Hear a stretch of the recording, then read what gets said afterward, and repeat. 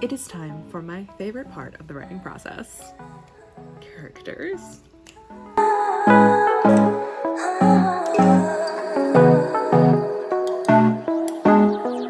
Hello friends and welcome back to my channel. My name is Katie and I'm embarking on a journey to show the entire writing process from brainstorming all the way to like finished product, sort of.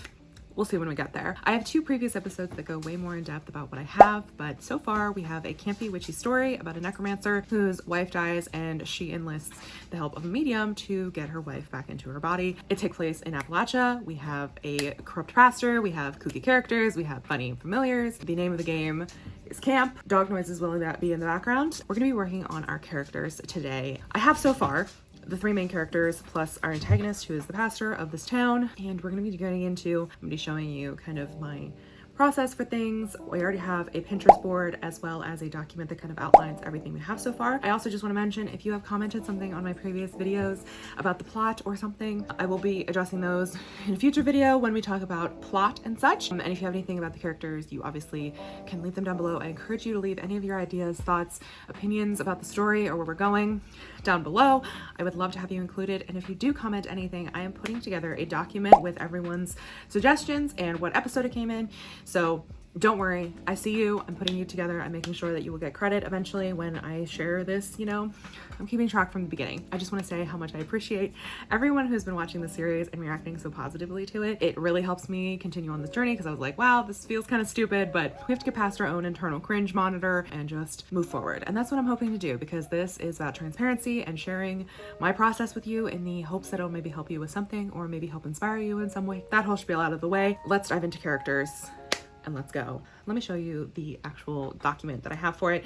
So I have created, we have our initial brainstorming up here, we have our characters down here, and this is what we're going to be working in today. We have the main characters, who's the necromancer, the wife, the medium, and the secondary character is like the pastor.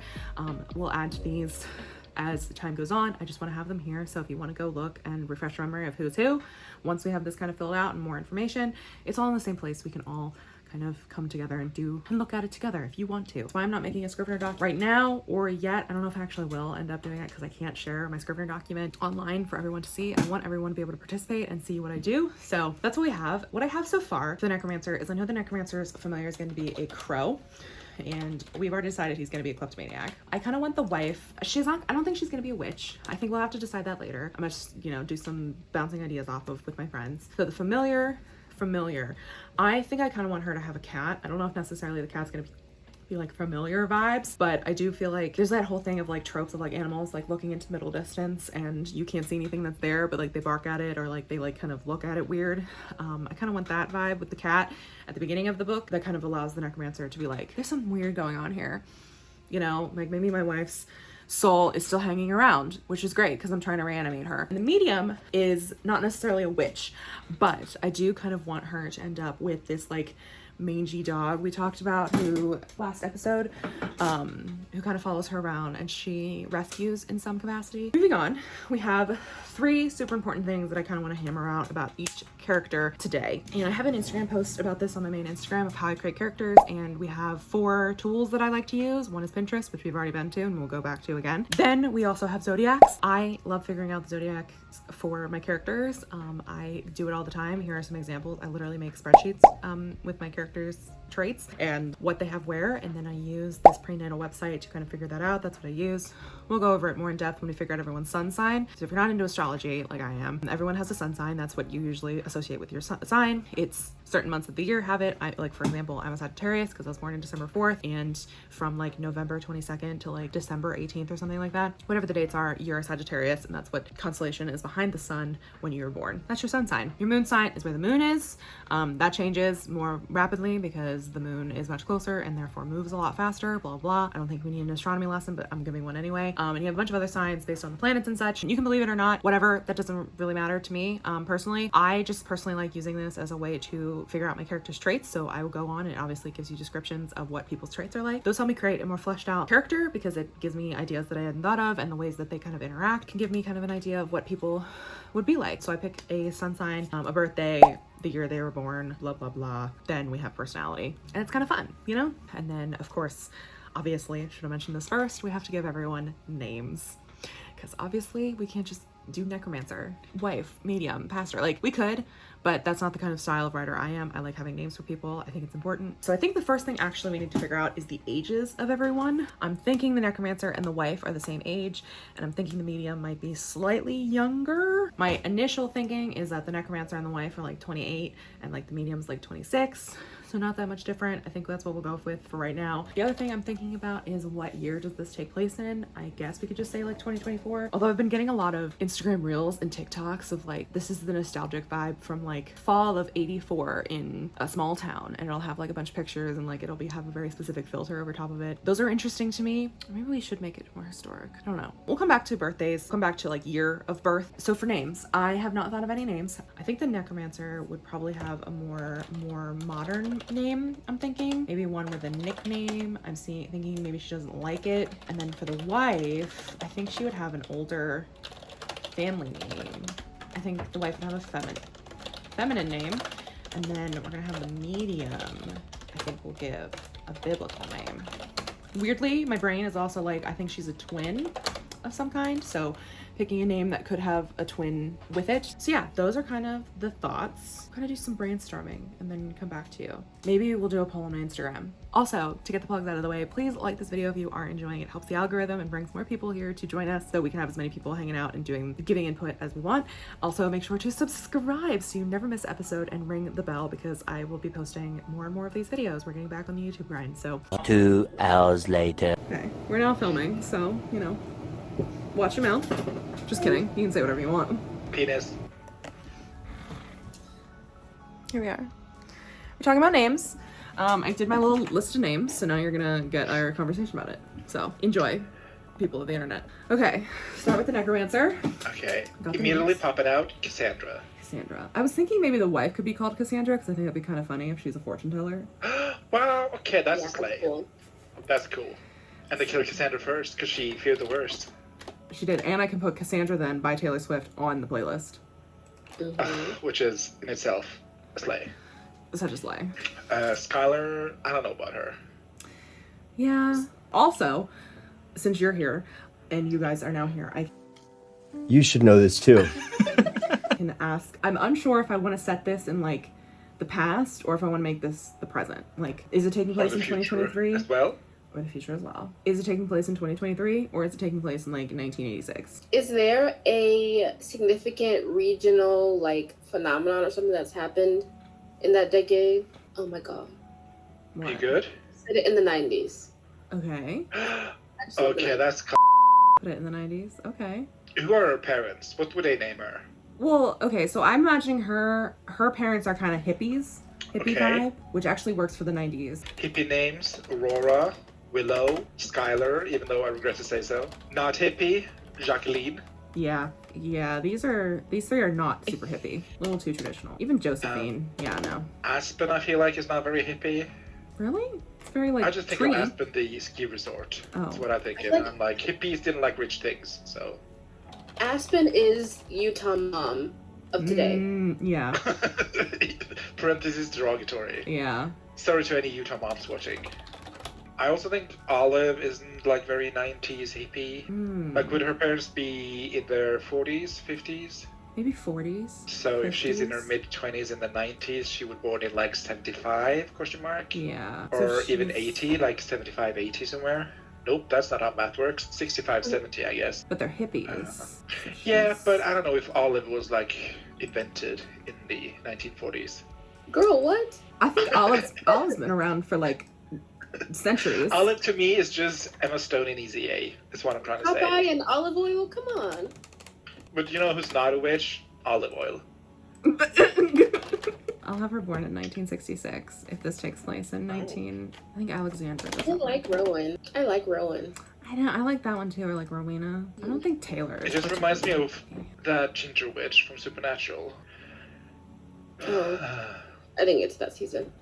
Oh, I don't know her. Crawley's mother or whatever she was. But I do like Rowena. It's a good witchy name. It's very like in the bad bitch genre. if you will. It's very witchy. Are her parents witches? Is this something you learned? Are you? I haven't been here for the 2 previous episodes. I watched the movies, but Yes, her parents would be necromancers. Yes. okay. So I feel like Rowena is very much on theme for that. I also really like Rowena. I think the W is a nice, like, witchy vibe because, you know, you spell witch with the W. Maybe I don't love for this. No, Quinn feels a little Yeah. not Too correct. glee. Yeah. Also Yeah, Oh. that's exactly what I was thinking. Like, you're gonna be sued by Diana Agron. I think I'm gonna go with Rowena. She's the winner. Well, I love Rowena. I love Rowena. So her name is Rowena. Maybe her mother can be Willow or Aurora if you want to recycle them. Oh, that's true. Her mom could be one of these. Or like her dad could be Rory and mother Willow. Oh, I Rory imagine and Willow. her mom is a necromancer. Does she date a like dumb himbo dad? Because I love a good That's dumb what I was himbo. thinking. Is he's like just like a normal guy? It's just a guy. He's just Hit a him with normal your guy, wagon. you know. Like I think that's kind of fun. Oh my god, Katie. What? You I'm are so sorry. dramatic.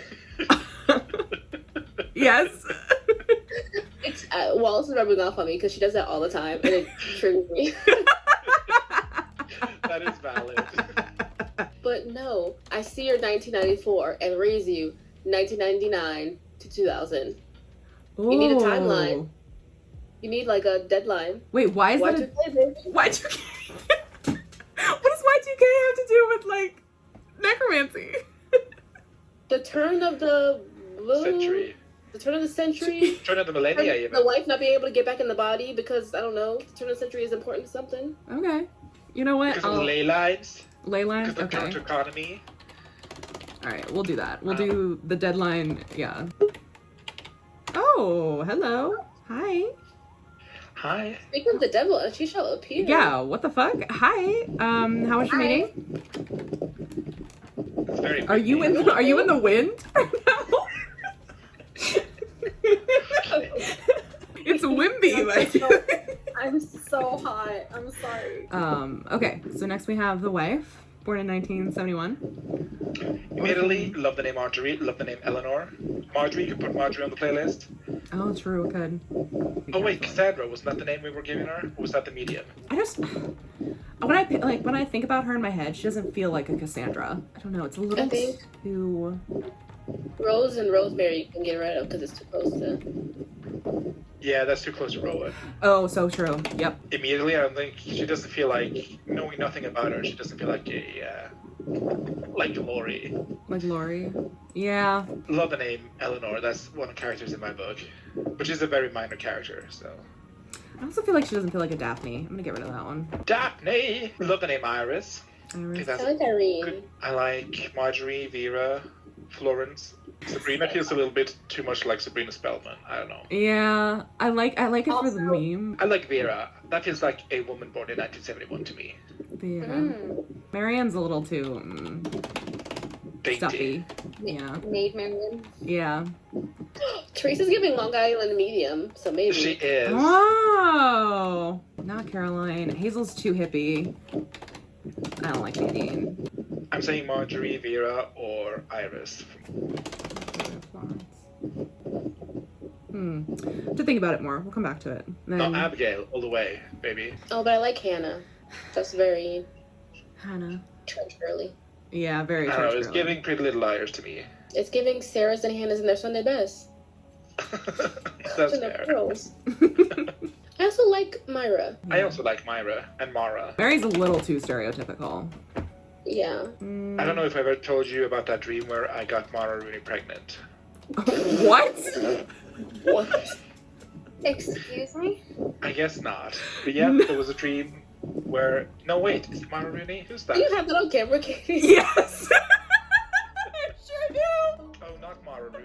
What's her name? No, Kate Mara is her name. Mara. Okay. You had a dream. You got her pregnant. Yeah, well, I didn't get her pregnant. That wasn't a dream, but she was pregnant by me. And then the scene started, and I was like, oh my god, how are we gonna make this financially? Even though she's a famous actress. I'm so glad I got that on camera. Well, it's better than the one time I dreamt that I was carried on the back by Brittany Murphy. Nope, not Brittany Murphy. Not Brittany What's her name? Murphy. Jennifer Love Hewitt. Jennifer Love Hewitt Yeah. to my rescue. That's one of my Forever favorite. always. That's one of my favorite Stieg anecdotes ever. I'm gonna have to make a graphic of like you on top of like riding Jennifer Love Hewitt and have it like go across the screen. Saving me from the ghosts? It's from the ghosts. Or the zombies? Was that? Was it zombies? I know you're in a forest, and she was just, you know, Something chasing us. she was carrying you on her back, like an absolute queen that she is. Mind you, I'm probably twice her height, but yeah. I needed to be carried through the woods. I love the name Mara, is what I'm trying to say. Yes, that was the point. I also could like ask my Instagram, put up a poll, and ask, you know, people vote. People have people? Pick five people. Yeah. Okay, so we got a chop 1 and Leah. I would say chop Teresa and Eleanor for the wife. Teresa, for sure. Oh, I like Teresa. Well, I also like Teresa, but Keep it. she's not married to Rowan. Chop Marjorie. All right. Okay. Sorry. I feel like we should chop one of the I names, either Iris or Irene, because they're very... I feel like Irene is more iconic than Iris, but... And then one more from here. Maybe either Myra or Mara, because they're both M names, and like they're very... Or Han or Leah, because that I kind of would chop similar. Leah. Oh, I like I would that. also chop Leah. All right. Oh, Well, well, keep Leah. You like her. no, Yeah, it's, this is your book. it's a vote of Yeah. the people. Just a couple of opinionated bitches. Yeah, it's part of the collaborative process. We'll see what the people decide, and you can go vote, obviously, all of you. Hi, it's the next day, and the results of the poll are in. So we do have names for the wife and the medium. So the wife's name is, drumroll, here it is. Her name is Eleanor, and for the medium, name is Myra. Next in this journey, we are going to do zodiacs for the characters, and I am fairly familiar with zodiacs. And what I do is I do pick the sun sign, so that tells you when their birthday is. We have the year that they were born. I have this co-star zodiac signs website pulled up, which has all of these signs. I kind of have a vibe. We'll see if those match up. I'm thinking for the medium, she feels like a Virgo to me. She feels like she would be very structured. She would be very in control, because a lot of, I feel like her life has been out of control, so I feel like that makes her cling on more to it. So the Virgo traits are: needs to feel useful,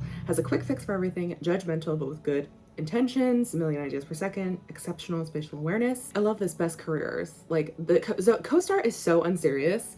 Like it's so funny. I love co-star. If you don't have co-star, just look it up. Like best careers: hot librarian, top aware for other people's messes, walking encyclopedia, human GPS, and one person welcome committee.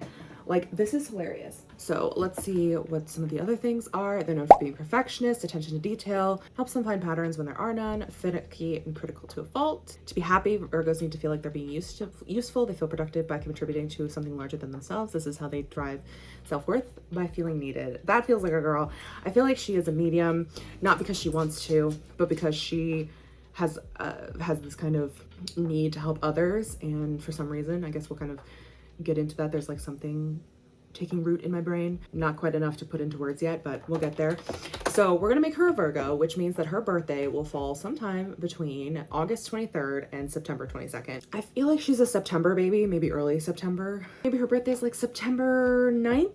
So we have her birthday, we have her zodiac, which is a Virgo sun. We'll figure out the rest after we get everyone else's, because then I'll go into the prenatal website. Let's see what we want the wife to be. She feels like a moon sign, She feels like a moon sign. No. she feels like a water sign. Water signs are more emotional. No, I don't want to be a Scorpio. Is she a Pisces? Somehow both 5 and 50 years old at once, thinks everything is a sign. Can't remember if they dreamt it or if it actually happened. Excessively romantic, prone to fantasy, and no boundaries. Let's see. Best careers are volunteer therapist, curbside fortune teller, amateur poet, sad clown, orb of light, and vapor. I think co-star just decided for us. Curbside fortune teller? Vapor? Orb of light? This bitch is a ghost for 90% of the book. It fits, okay? Sorry. Co-star has decided she's a Pisces. Cerebral sea sponges. They are boundless, diluting themselves with larger personalities to avoid having to form coherent identities. Ultimately, a Pisces wants to dissolve, to wrest themselves of a physical form and diffuse into everything they touch as love, to exist in the gossamer liminal layer that hangs just barely above the material, to live their life like a romantic poem, to understand that reality and fantasy are just neighbors on the same infinite plane. Fascinating. This bitch is a Pisces. So we have one more. We have the necromancer, who I feel like is either, I don't think she's an air sign. Maybe she's a Leo. Maybe she would be kind of like opposite of what the stereotype for her sign is. Let's try Aries, Taurus, or Leo. That's kind of the three that I'm thinking and see if there's something here. Oh, we have not picked actually the wife's birthday. Between February 20th and March 20th, I feel like she's a February baby. Let's make it February 22nd. Oh, I typed 23rd, so I guess it's 23rd now. February 23rd, 1971 is her birthday. All right, so we have Aries, no filter, gets angry, then forgets why they're angry, thinks everything is a game they can win, will do anything on their easily bored. Best careers are stunt double, part-time punk, pro wrestler, petty thief, cereal box mascot. That does not feel Taurus. Just wants to cuddle, homebody, all or nothing, no in between, wears the same outfit every day, hates big change. That feels more correct. Best careers are hermit in the woods, wall to bump up against, food blogger, sleep study participant, and sweatpants model. Okay, this feels much more like a girly. They're the equivalent of moss. This would fit with, if we're gonna go the necrobotany path with her, or like in some capacity. Oriented to the world around physical world, they tend to be grounded and logical, they love routine, they're committed to their own comfort, they like to be in control, they're passionate and steady, and their materialism is an extension of their pursuit of stability. This also would be fascinating as a kind of contrast to Eleanor, who is Pisces, and then we have the Virgo in Myra. Might be able to bridge it, you know, because we're also have to be thinking about romantic character dynamics here for our three main girlies. I think she's a Taurus. She just kind of feels like a Taurus to me. Okay. You know, this is all vibes, okay? So her Zodiac is Taurus sun, and let's see what. Let's make her birthday May, or let's like mid-May, maybe like May 12th.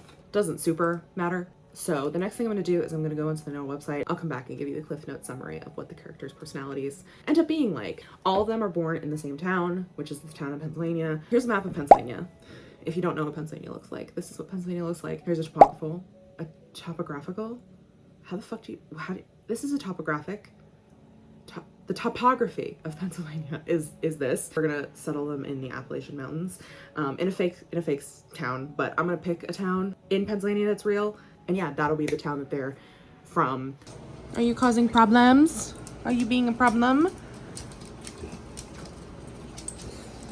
Come here, let me show your face. Let me show your face. This is the troublemaker. Okay, and we're back. I did have to change the birth date for Rowena because the descriptions that it was giving me just was not correct originally when I plugged it into Natal, what chart finder, whatever the fuck it's called. I'll have it linked down below everything that I use in case you want to use this too for your own character creating pleasure. So I changed Rowena's birthday to April 25th, and I've made her birthday, she was born at 3:33 a.m. because I thought it was fucking funny. So it turns out she is a Taurus sun, a Taurus moon, and Aquarius rising, which is really the only ones that I kind of know anything about. But again, I am not an astrologist, so take everything I say with a grain of salt. I literally use this just for character. Personality wise, the vibes that she has is taking pride in what is her own, a strong drive for security, she hates to let others down once she's made a promise, taking pride in a solid and strong career, building relationships that last, overall hating change, which I think is fun tension wise because there is a massive change. I mean, her partner dies. Wife, I'm gonna keep calling her wife even though gay marriage wasn't legal until 2015 in America. Not super adaptable if routine is interrupted, seen as inflexible, stubborn. I think those are kind of fun traits to play around with when it comes to her kind of single-minded attempts to get her wife back. Super goal-oriented, focused, loves hard work. And then I did really like how in the Aquarius rising section, it talked about how people with this sign typically feel different or special throughout their life. They feel like they're on the outside looking in, and their ability to observe and deduce is often uncanny. They're also adept at getting things to work, even when the parts that make up the whole seem like a puzzle with unusual pieces, especially when it comes to groups of people. So I feel like that really fits the narrative of Rowena. This is just like groundwork that I have that I can kind of help form who she is in my brain and how she would react to certain scenarios. I'm a very character-driven writer, and so having these things kept in mind when I'm either outlining or writing or like coming up with certain plot lines is good for me. So that's why I typically have this section. Next, we're going to go to Eleanor, the wife. She's still a Pisces sun. I kept her birthday the same. She has an Aquarius moon and a Leo rising. And so hers is yearning to be understood, in a state of divine discontent, and suffering is often glamorized in the Piscean world, which I think is interesting for a character that ends up dying. And I pinned a pin that said something along the lines of like loving how a character throughout the course of the narrative realizes they want to live. And like, I think that is very powerful. It might be something we explore in the writing. Very quick to contradict and to offer a different perspective, enjoying intellectual debates, very quirky way of looking at the world, humorous and interesting, likes practical jokes and raising eyebrows, fascinated by all that is unexplored, mysterious, taboo, secret, and psychological, loves research, has a great mind. I think this goes along with perhaps the route of going with having her be a fortune teller. Oh, the other thing that I was thinking about, let me know your thoughts down in the comments below, is making the necromancer a professor of some sort, like having it set in a university town and she works at this university in some capacity, perhaps. Let me know your thoughts. Also, since with her Leo rising, cannot help be noticed, radiate special energy and magnetism that gets other people's attention. Sometimes because there are a lot of people who pay a lot of attention to their personal appearance, especially their hair. Other times it's due to the regal manner that simply demands interest from others. I do slightly worry, I guess we'll have to see in the writing, of her coming off as a manic pixie dream girl kind of vibe, but that is, if there's a way that I can kind of subvert that, use it and subvert it, I would like to try. I don't know, I like having some quirky characters, and I think if I'm gonna have a quirky cast around them, the characters themselves also need to be quirky. So it's kind of where my brain is at. Let me know your thoughts. And finally, last but certainly not least, is Myra, our medium. Her birthday stayed the same, hers is fine. She has a Virgo sun, as we established, an Aquarius moon, and a Virgo ascendant, or Virgo rising. So she's like real particular. And there were some interesting things in this one as well. They're uncomfortable in the limelight. They are perfectly fine just living in the background as long as they feel useful and appreciated. Fear of underperforming is often strong. They want to do things well. They're exacting and thorough, and those who have convinced themselves to do less than a perfect job generally feel incomplete. I feel like this is working. I feel like there's like a backstory coming along of something along the lines of something has happened in Myra's back story in her life that like makes her really want to help others, like help spirits move on, or help people connect to the spirits that they see and find closure. I think is something like maybe she feels like she doesn't have closure for herself. Moon and Aquarius people are extremely observant, lifetime students of human nature, and love to analyze why people do what they do. This often stems from a detached, even shy personality, especially in youth, whether due to character or conditioning, which I think is interesting because I imagine her home life was not great when she was young.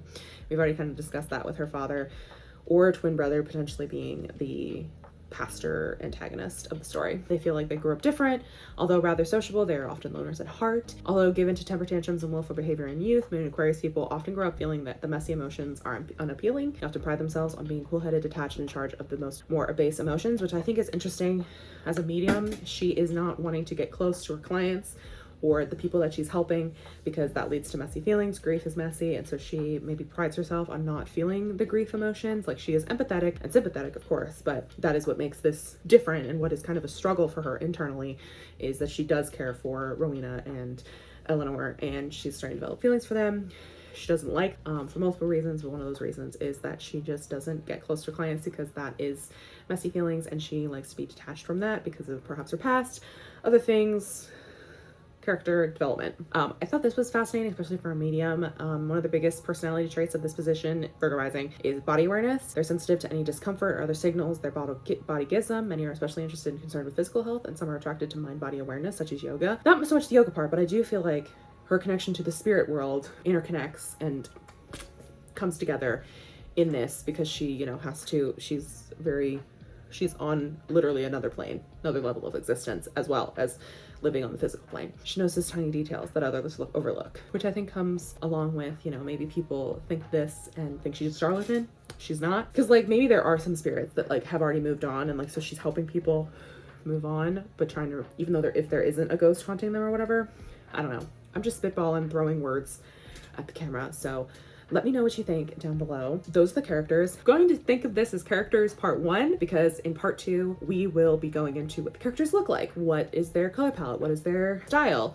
What do they do for jobs? Like, how do the character interactions and relationships play out? But that is not going to be next episode. Next episode is going to be all about creating the town that this takes place in, there has been some interesting and fascinating developments in my finding of different things and like researching what I want to be in the town that I can't wait to show you. So that'll be next. And I feel like environment is really important to character and who characters are, so that's why I'm focusing on the town and creating a town next. And then it'll be characters part 2, and then we'll see where that leads us. I hope you guys are still enjoying this series. Make sure to like it down below if you did, so hopefully other people will find this series.